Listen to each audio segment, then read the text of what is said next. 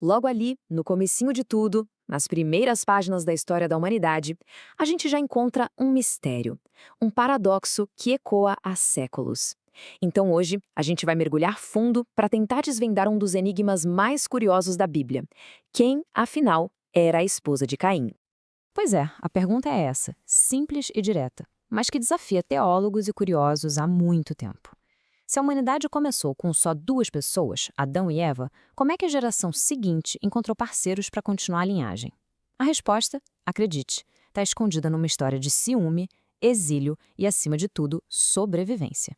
Olha, para a gente conseguir entender de onde veio a esposa de Caim, primeiro a gente precisa voltar um pouco e entender por que que ele teve que sair do círculo familiar que a gente conhece.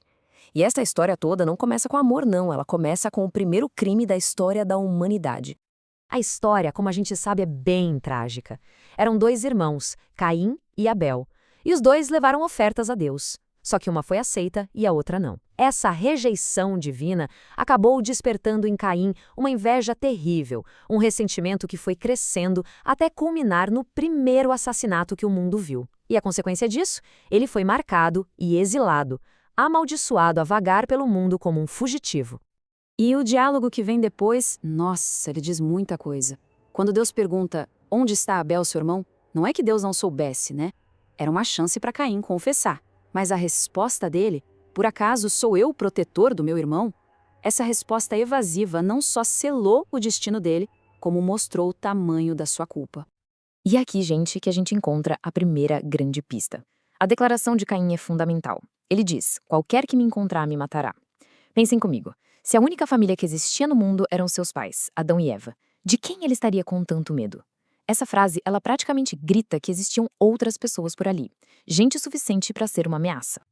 Ok, então com esse cenário montado, vamos agora para a parte mais investigativa mesmo. As pistas que a gente encontra no próprio texto bíblico nos levam a duas interpretações principais que tentam resolver esse quebra-cabeça de gente. Basicamente, a gente tem duas grandes teorias na mesa. A primeira é que a família de Adão e Eva era bem maior do que os nomes que a Bíblia cita, e Caim se casou com uma irmã. A segunda é que talvez eles não fossem as únicas pessoas na Terra naquela época. E olha, as duas ideias têm seus pontos e levantam questões bem interessantes.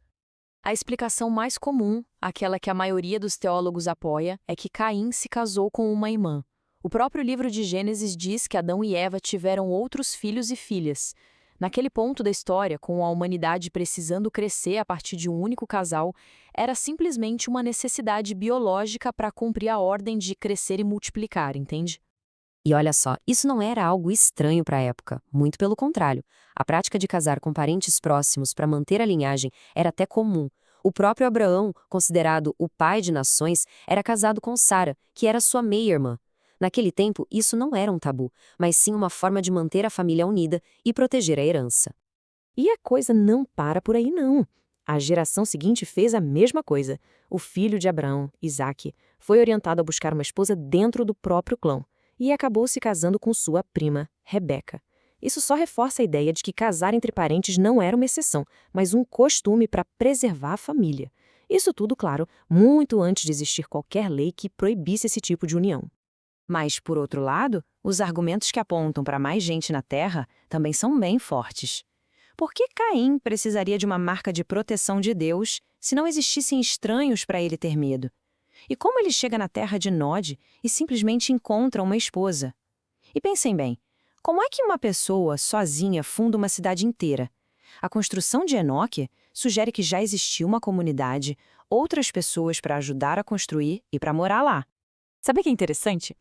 Não importa qual teoria a gente escolha, as duas nos mostram uma coisa fascinante. As regras e as normas sociais dentro da própria Bíblia não eram fixas. Elas não eram de pedra.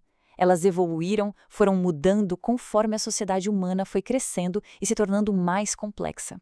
A gente consegue ver uma linha do tempo bem clara aqui. O que começou como uma necessidade absoluta para a sobrevivência da espécie, com o tempo deixou de ser necessário. Conforme a população cresceu, a prática foi diminuindo. E, finalmente, com a chegada da lei de Moisés, o casamento entre parentes próximos foi oficialmente proibido. Essa proibição ajudou a organizar a sociedade e também a evitar problemas genéticos, algo que, hoje em dia, a nossa ciência moderna entende muito bem. Então, no fim das contas, o que acontece é o seguinte: esse mistério da esposa de Caim nos obriga a olhar além do óbvio, sabe? Além da superfície do texto. Isso nos faz pensar de um jeito mais profundo sobre como a gente interpreta essas histórias tão antigas e o que elas nos dizem sobre a própria fé. No final das contas, lidar com esses mistérios da Bíblia é sempre um exercício de equilíbrio, né? Exige que a gente, por um lado, aceite que talvez nem tudo tenha uma explicação detalhada, e por outro, respeite os séculos e séculos de tradição e estudo que tentaram entender essas mesmas questões. E talvez o grande objetivo de mistérios como esse da esposa de Caim não seja dar uma resposta exata. Talvez a ideia seja nos lembrar que a fé não é ter todas as respostas na ponta da língua, mas sim confiar, mesmo quando não se sabe tudo. O que será que essas lacunas na história nos ensinam de verdade sobre a nossa jornada de fé? É uma pergunta que fica no ar, para a gente refletir.